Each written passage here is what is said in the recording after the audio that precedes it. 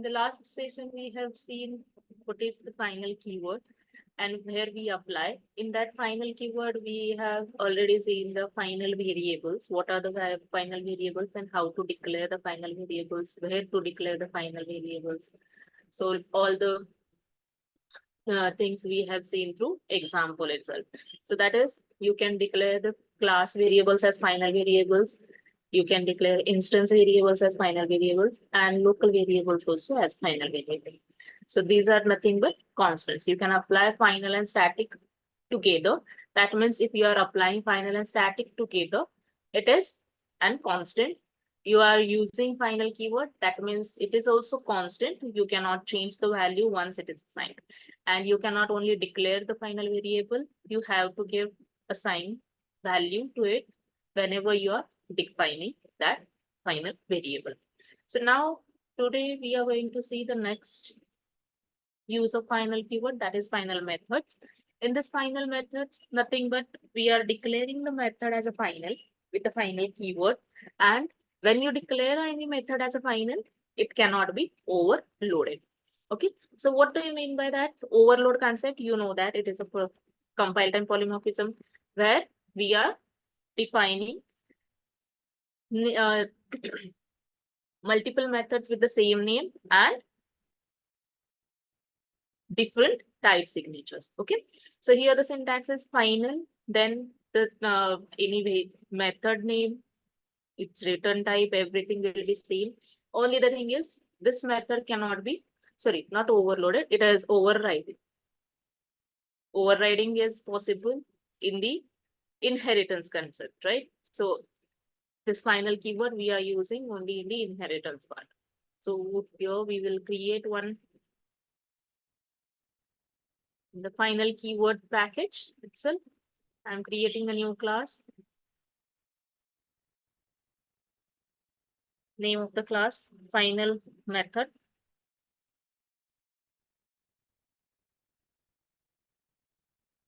In that, I'm including main method as well.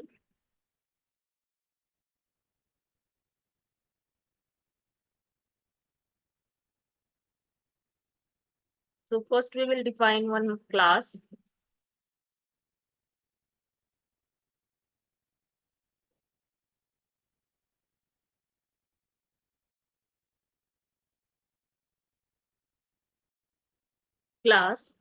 One class with the any, you can define any class. So I'm defining here one class that is suppose bike class. In this bike class, I'm defining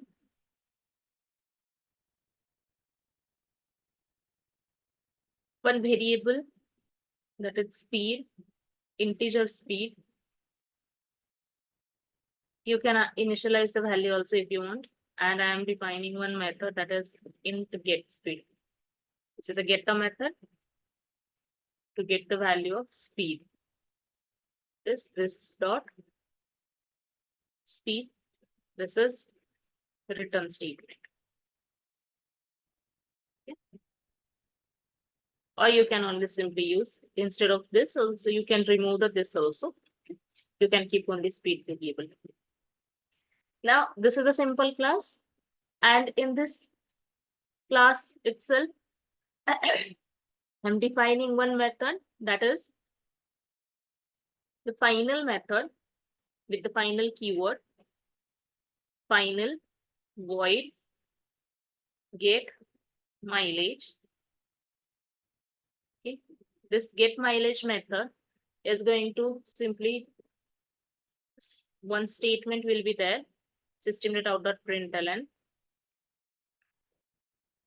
mileage of bike. Okay. So here I am making this method as a final. That means we cannot override it in subclass, right? So we cannot override this inside subclass. So how that we will see through one child class. Here I am defining one child class. Suppose the class name is pulses, which is extending bike class. So we will try to define the get mileage method here directly. I am not defining any other thing. I will directly show you the, the method part. Okay. If we are trying to define the same method, void get mileage.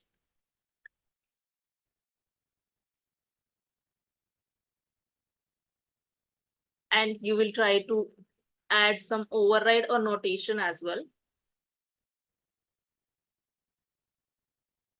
So this will not work. You can see, remove the final modifier from bike class. It is going to give you this error message because this get mileage method has a same signature as we have defined the same method in the parent class, that is bike class.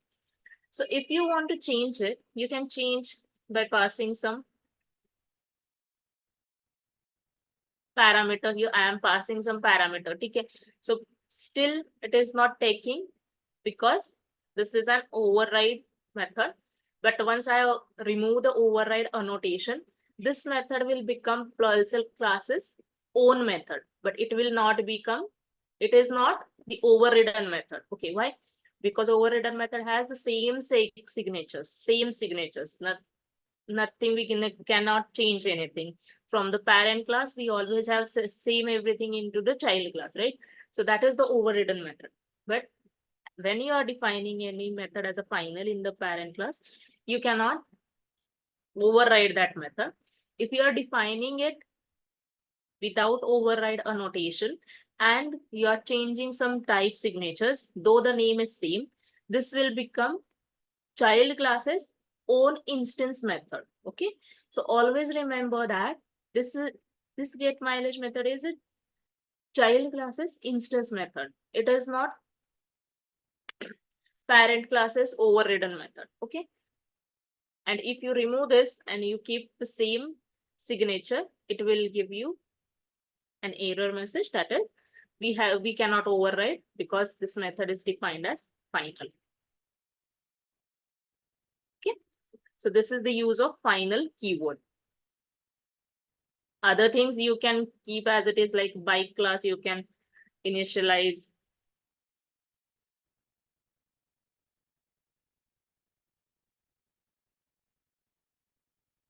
You can call the method get mileage, get speed, everything. Okay, here I am going to set speed value. You can display that also if you want. Make system without println.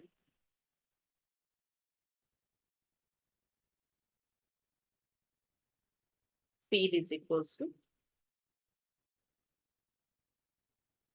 b dot get speed. Everything is possible. Only thing that whenever you are defining any method as final, you are not able to override that method into child class. Okay, I'm executing this again.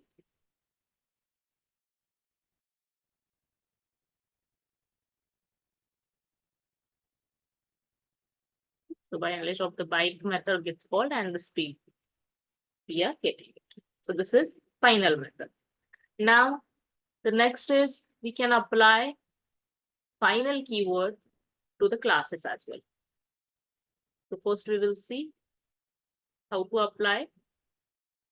So when you declare any class as a final, that class cannot be extended by the subclass.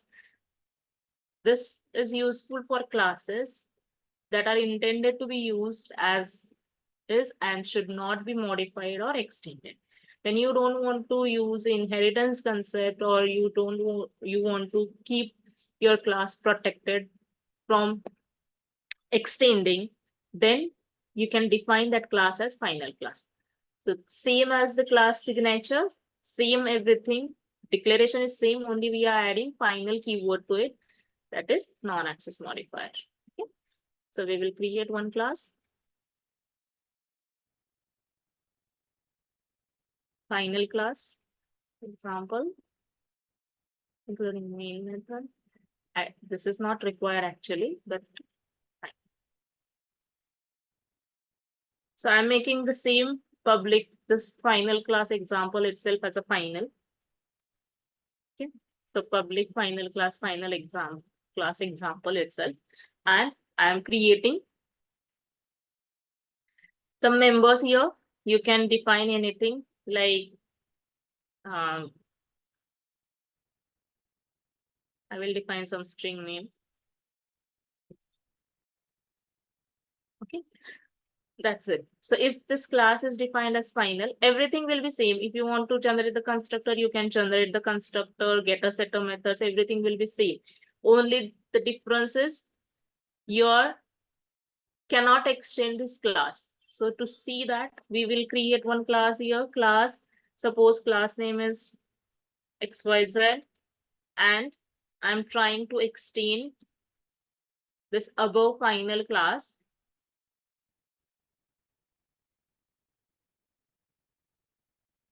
Final class example. So that we cannot do. Okay. So you can see that the type XYZ cannot subclass the final class.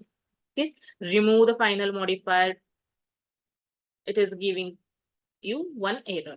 So this is the concept of final class.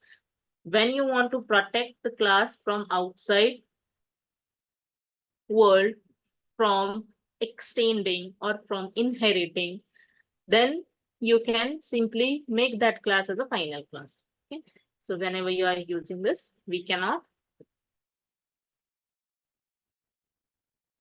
subclass it.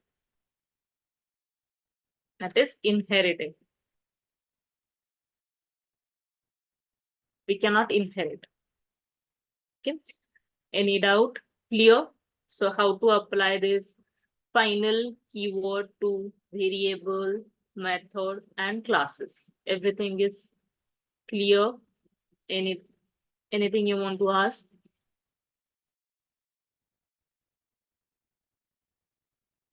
Anyone? Okay. I think everyone understood the Super concept. keyword. Yeah, just one query, ma'am. Yes. Yeah. Super keyword will access the information which is present in the parent. Yes. So suppose if I'm having one function or two functions or anything, so I can just call it like super dot function one, super dot function two, something like that. Yes, you can call it. Okay, because super opening and closing bracket we have given. So is it like a function This is itself? for constructor, no? This is calling the superclasses constructor. Okay. Okay. This is not calling any method from your class. It is calling the superclasses default constructor. When you are not defining this anything here, you are not passing anything here. That means it is calling the default constructor of the superclass. The current for this final class example, the superclass is object class. So it is basically calling the object classes default constructor. Default constructor. Okay. You can see this here. So this is the public object classes default constructor. Okay. So when you want to use the super keyword, you can use for calling the constructor, calling methods, everything, and accessing the members of the parent classes. Okay. Clear?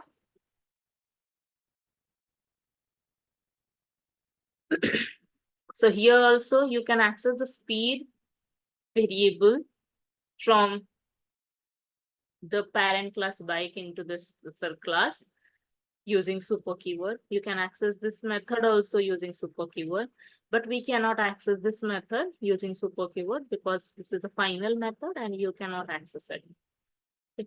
We will try that if you want to access the super keyword. So in the same method, I will try and I will show you that whether we can access this same method from super keyword or not. I am only changing the signature of it because I am not overriding this method. I'm only keeping this method as a separate method of pulsar class. And we will call super dot get mileage. Okay. So here it is possible to call the super dot get mileage method in the child class, but only thing is we are not defining the same method signature. We are creating a separate method signature, and you can call the super classes method. Okay, using super keyword. This is possible. Understood?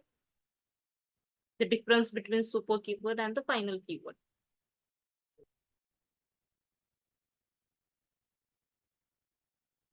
Any more doubts, anyone?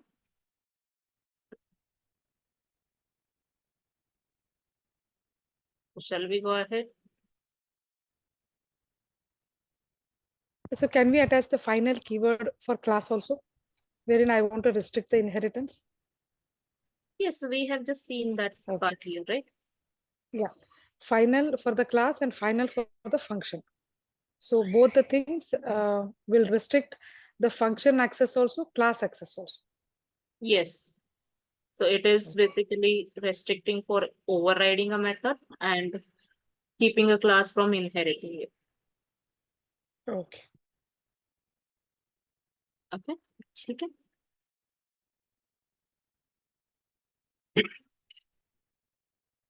Okay. So this is all about final keyword. And with this, our 10th module, that is inheritance and polymorphism, is completed. Now you understood that what is the overriding of a method, how to override, why to override a method, everything, and the inheritance concepts also. So we will go back to our basic previous module, that is the encapsulation and abstraction, from where we have to learn the abstraction concept. Encapsulation we have already completed. So in the module 9, we have kept the abstraction concept just to understand this inheritance and polymorphism first. So now you understood the inheritance and polymorphism. We will come back to your abstraction concept from module 9. We have already seen what is abstraction, right? What is abstraction? Everyone know what is abstraction? Please tell me. What do you understand by abstraction?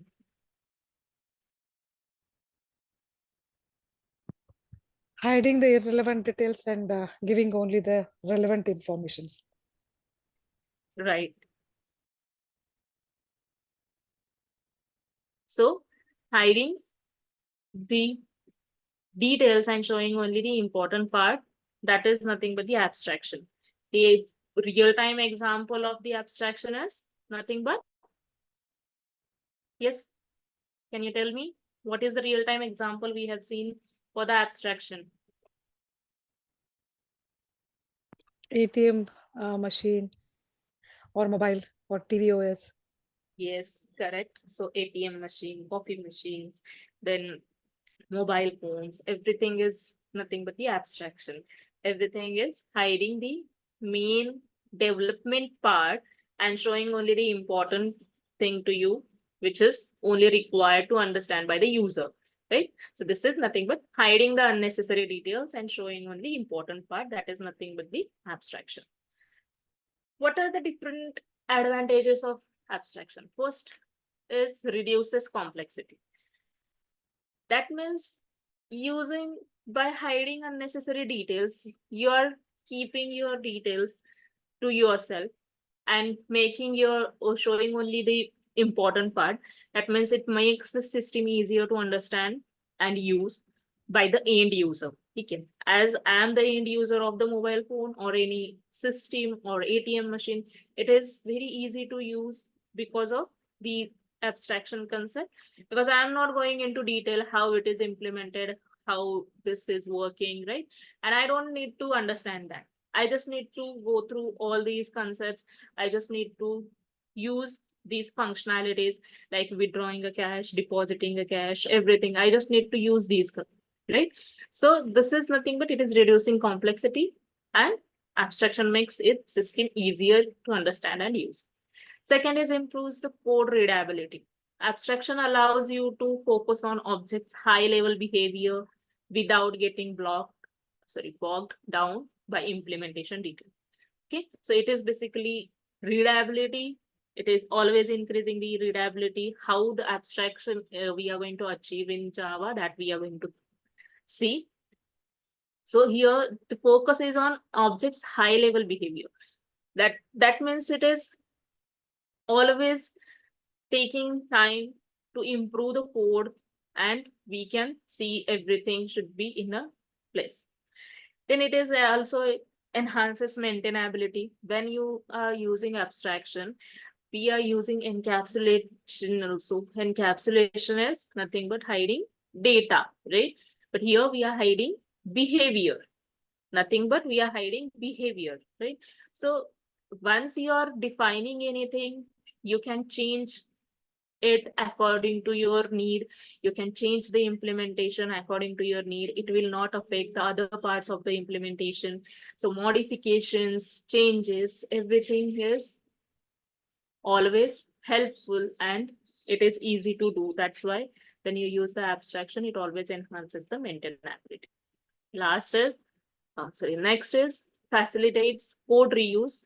We are reusing the code whenever you are defining any you are using any abstraction concept. That means we are reusing the code. That abstract components can be reused across different parts of the application or even in different applications as well. In Java, we can achieve the abstraction using two things. First is abstract classes and second one is interfaces. Abstract classes, when you are achieving through abstract classes, it is known as partial abstraction. Why it is known as partial abstraction, that we will see. The second is interfaces. When you achieve abstraction through interfaces, it is known as full abstraction, okay, or 100% abstraction. So first thing we are going to learn here is abstract method. An abstract method is nothing but a method without any body. Okay, that means you are only declaring a method with some name and with some type signature, with some parameters, everything. But we are not defining any different body to it. It always have only declaration, not a definition.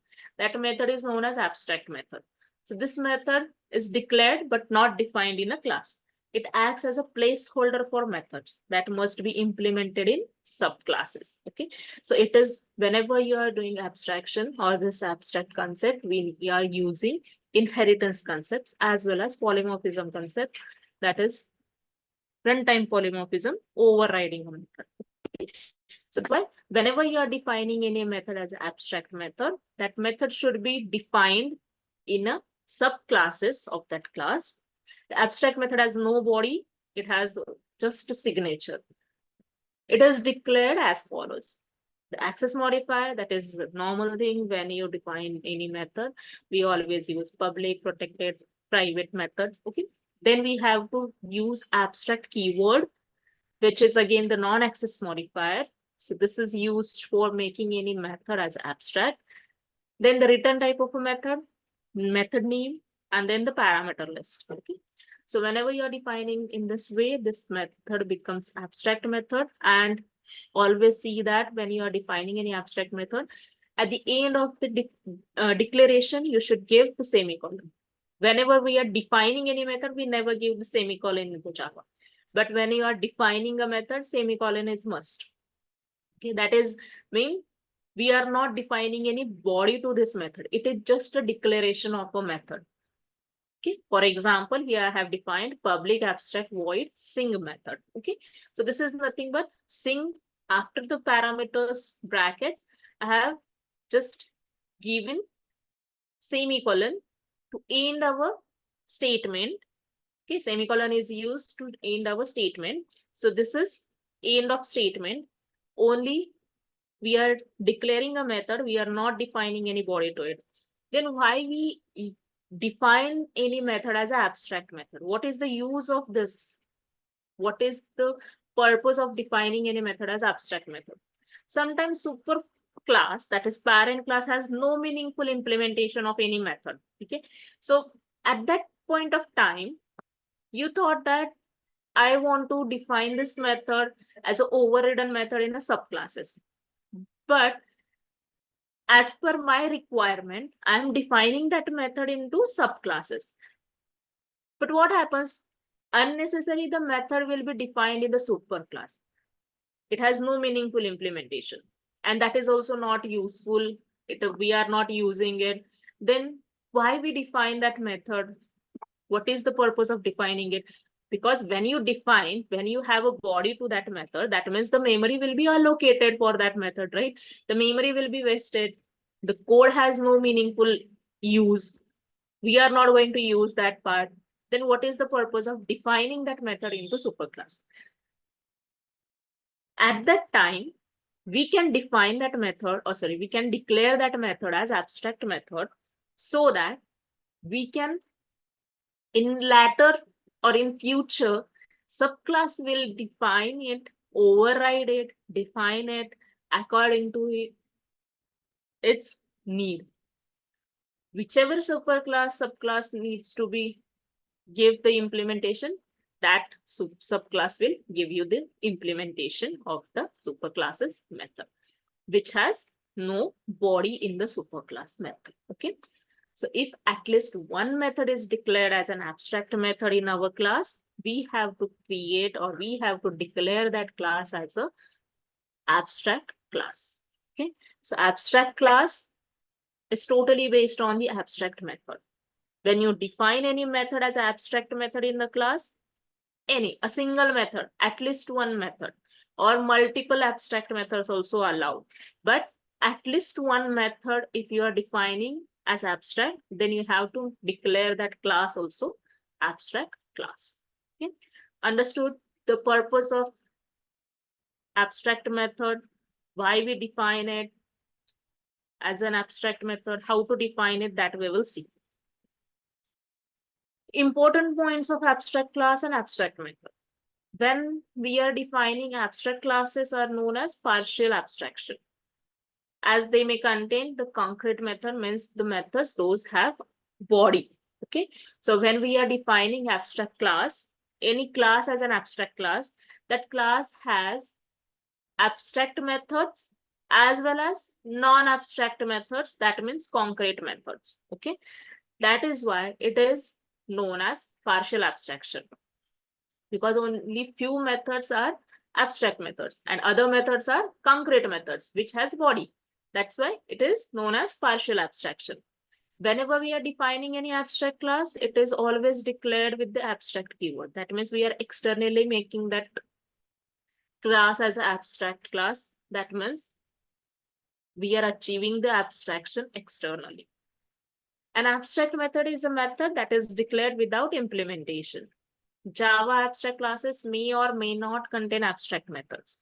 That is methods without body. That means if you don't want to define any method, abstract method inside the abstract class, you can skip it. You can keep the abstract classes empty as well. Okay. But you can define concrete methods also in that abstract class. No problem with that.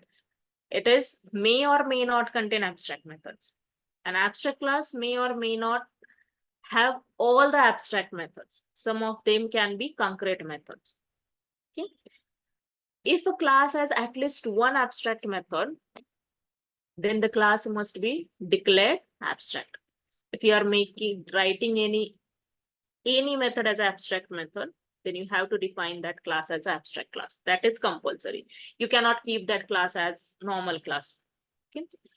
If a class is declared abstract, it cannot be instantiated. Instantiated means we cannot create the object of that class. We cannot create the object of that class, instance of that class.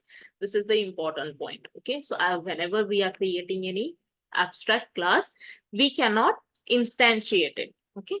Now we will see one example of abstraction. So in the module 9, I have created the package abstraction. In this itself, I am creating one class. The name of the class we will give as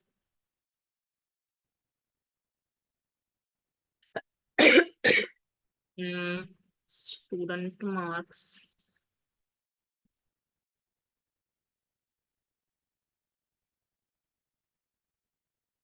student marks abstraction demo. I'm including main method here.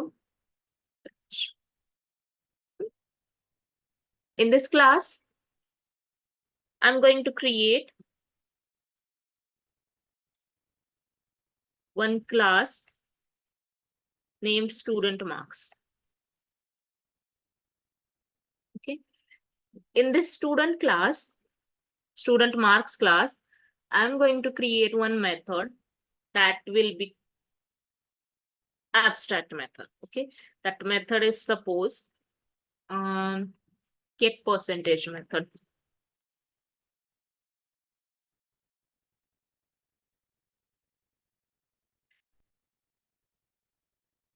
Get percentage is the method.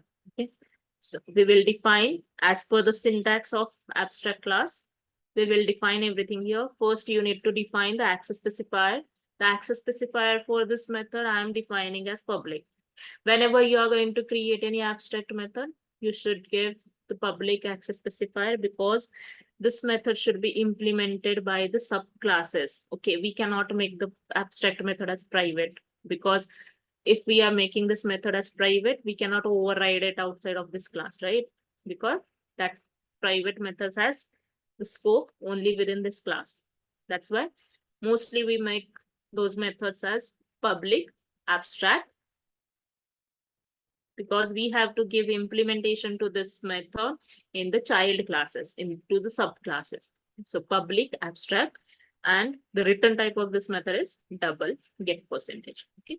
Now I have defined this method get percentage with the abstract keyword, and I have declared it with semicolon. I am not defining any body. So when you are declaring this method with the abstract, you have to make this class also abstract class. So abstract class, you have to add abstract keyword, the start of your class name. Okay, abstract class. So this is nothing but the abstract class definition with the abstract method definition. In this abstract class, you can define concrete methods as well. So like this void display, system.out.println,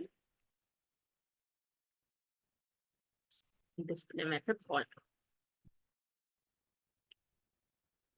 So the concrete methods as well as you can write the default method, abstract methods also. And you can create abstract class as an empty class also. Okay, there is no problem while creating any class as an empty class in this with the abstract keyword. That means it has nothing, no body, nothing, no variables, no methods, nothing in this. And without abstract method also you can define this class as abstract class. But when you are defining or declaring any method as abstract, you must have to declare that class as abstract class. Must. Okay. Remember this thing. So now we have created this class as abstract class. You cannot instantiate it. Why we cannot instantiate it? Because when you are defining any method as abstract method in this class, it has no body. No body means no memory allocation. How the compiler will understand to allocate a memory for this particular method, how it will calculate, how it will define some memory or for that particular method, right? It is not possible. That is why we cannot instantiate this. How to instantiate? That is nothing but like student marks is equals to new student marks. This is not possible.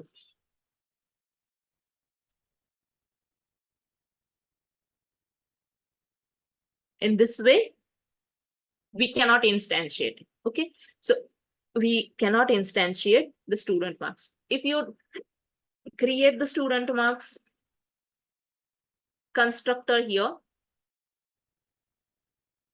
system.out.println constructor call.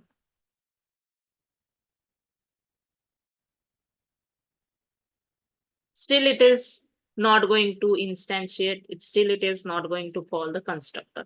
That means this point is nothing but we cannot instantiate, we cannot create the object or instance of abstract class directly. Now, if you want to create it, then we have to first create the subclass of this class. So who is responsible to provide the implementation to this abstract method? The subclass of the student marks class is responsible to provide the implementation to all the abstract methods from the parent class. Okay, all the abstract methods from the parent class. So here we will create one child class of the student mark. Suppose the child class name is student A. Class student A, which extends student marks. Okay. Here you can see the error, that is add unimplemented methods. So you have to compulsory give the implementation to this get percentage, which is an overridden method from the parent class because it has the same signature. We cannot change the signature. That's why it is an overridden method from the parent class. And we are defining, we are providing body to this method here into the student A class. Why we are defining this here into student A? Because there is no point of defining this particular method into the student marks. It is always depends on different subclasses implementation. Okay, that's why we are defining that method as abstract into the parent class. So we will define here, suppose we have three members, double three members is subject 1, subject 1, subject 2, and subject 3. Okay. So there are three members inside the student A class, and now I'm going to calculate the percentage using these three subjects. Here, suppose here we will calculate subject 1 plus subject 2 plus subject 3.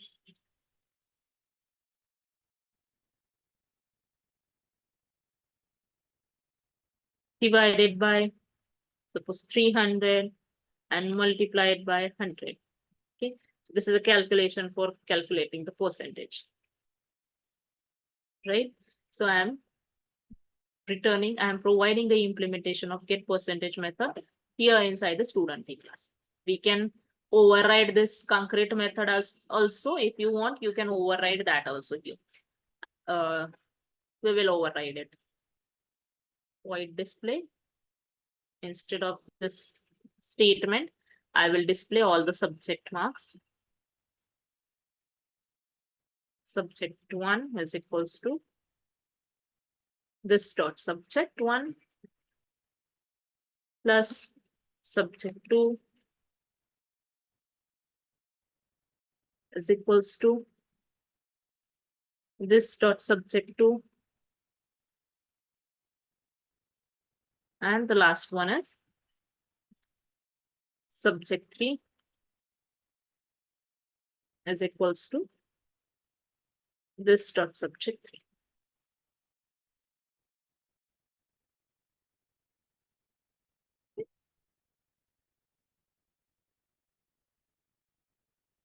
I have saved this file.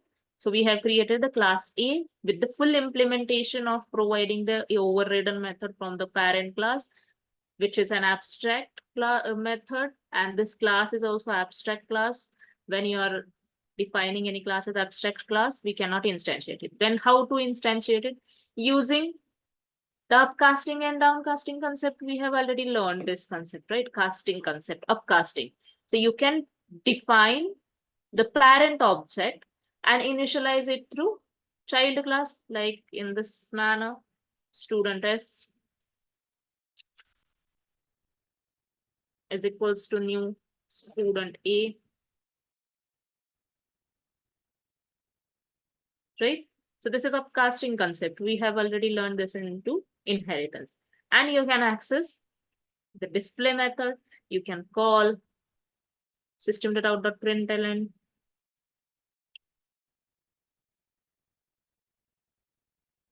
percentage is equals to s dot get percentage.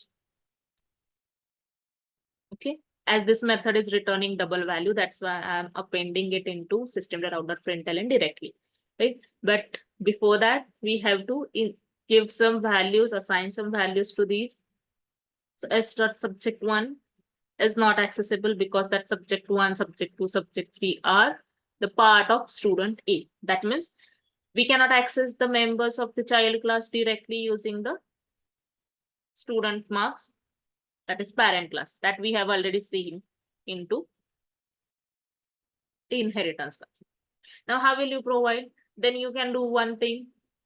In this case, you can define the default constructor here.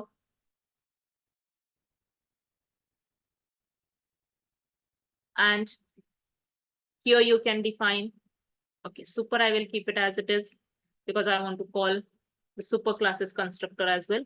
And we will define some default values to this. Subject 1 has some value.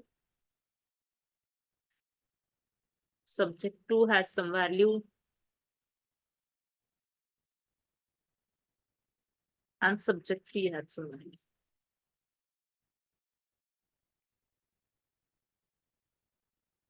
Okay, suppose you thought that two variables should have the same value, then you can do in this way also. Subject 2 equal to subject 3 equal to 90. Okay, this is also the one way to assign the same values to same variables. That means we are assigning 90 value to subject 3 and subject 2. Okay, so the default constructor gets automatically called, that is possible, right? That you can understand. So here we are using the upcasting concept. We are calling this overridden method here using the dynamic method dispatch concept. We have already seen the dynamic method dispatch and inheritance. So how this method calls the child class method overridden method dynamically, that is at the runtime. Same, this get percentage will also get called dynamically. This is the dynamic method dispatch itself calling itself, because the same method name is defined into the parent class, but it has no body. But we have defined the method body by overriding it into subclass, right? Abstract class, from abstract class to subclass. That's why this is also get dispatched dynamically. We'll execute this part. So you can see constructor call. This is from the superclass statement, that is inside the student marks. I have used the statement constructor call, right? So here we are calling the superclasses constructor first. That's why the statement is there. Then we have set some default values and the same value for subject 2 and subject 3. This is a display method of child class gets called as it is overridden method. We are not getting any statement that display method called from the parent one. It is dynamically calling overridden method display from the student A class. And the get percentage method calculating the percentage, because this method has the implementation here into the child class itself, right? So this is the one way, or the second way is you can directly create the child class object. Student A is equals to new student. Here you can access all the members according to the access specifier given. Okay. A dot subject 2 is equals to A dot subject 3. I am giving the same value for these two here also, is equals to. Okay. And I am calling the same statement. A dot display and A dot percentage. Okay. So here, this is also possible. In the same manner, Here we are creating the object of the child class directly. So you can see we are getting this type of output, same. But here we are calling, this is not a dynamic method dispatch, it is the concrete call, because we are calling the object is of object itself, child classes object, instances of child class instance, right? So by default, this method gets called from the child class itself. Okay, it is not going to change at the runtime. But here, when you are using the parent reference, parent object to initialize child reference, that time this is an upcasting concept, and in this way, here that will be dynamic method dispatch. Okay, that is not a direct method calling. Clear? Understood? The abstract method and abstract class difference. Any doubt till here?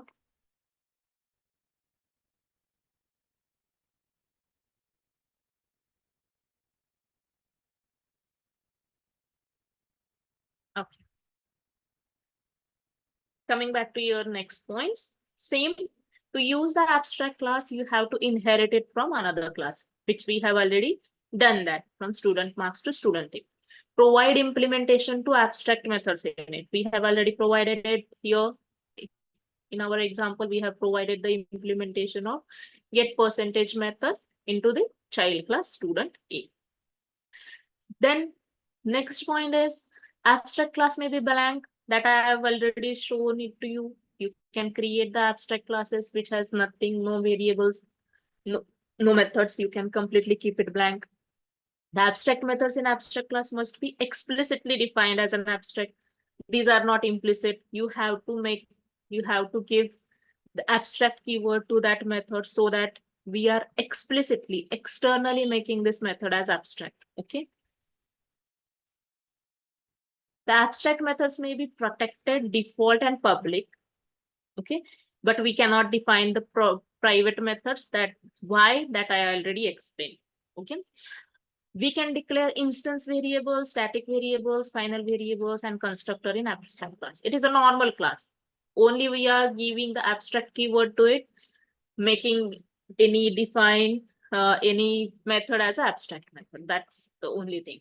So you can declare instance variables, static variables, final variables, constructors, everything inside the abstract class.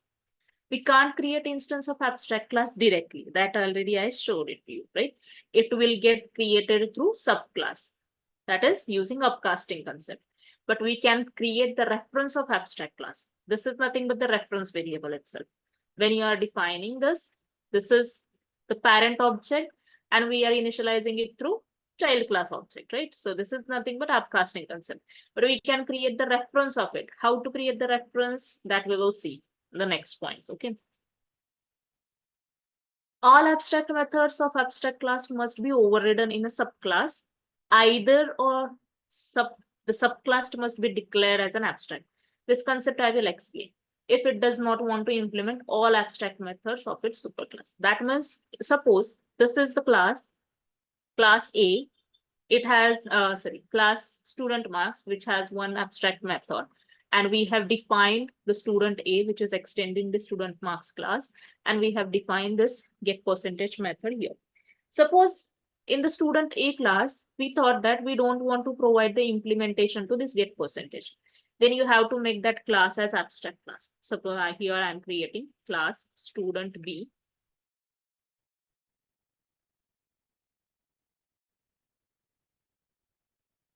Student B, which extends student marks.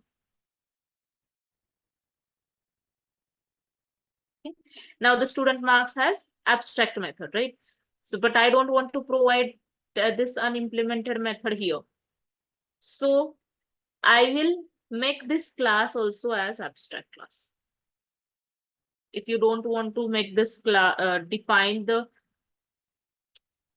method, abstract method, don't want to provide the implementation to this get percentage method, then you have to define this class as abstract class. Then who is responsible? to provide the implementation. Again, the subclass of this class is responsible to provide the implementation. Suppose that class is class student X, which extends student B class. This abstract class, that means here also the same method will be there, public abstract double get percentage.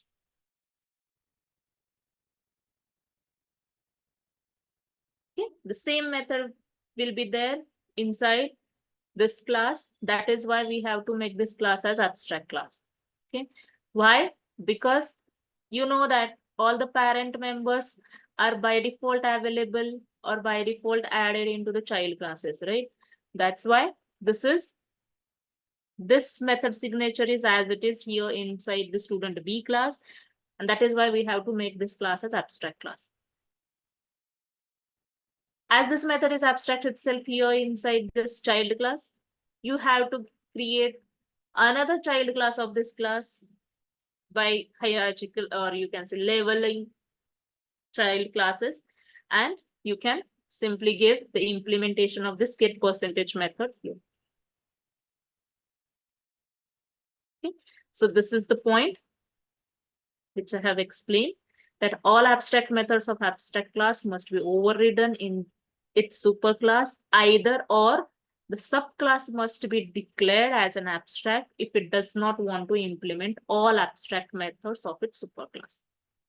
We cannot declare abstract class and abstract method as final, because final methods cannot be overridden, right? So that's why we cannot declare it as final. Abstract class cannot be inherited, but we have to use the inheritance concept. That's why we cannot declare it as final. A class cannot extend more than one abstract class, because Java does not support multiple inheritance through classes. These are some points related to abstract classes and abstract method. Clear till here? Anyone has any doubt? Understood?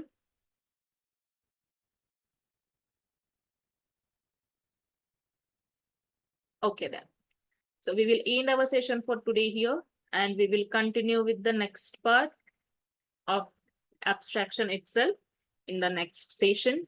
So tomorrow is Independence Day. So happy Independence Day. And tomorrow you have a holiday. We will continue in the next one.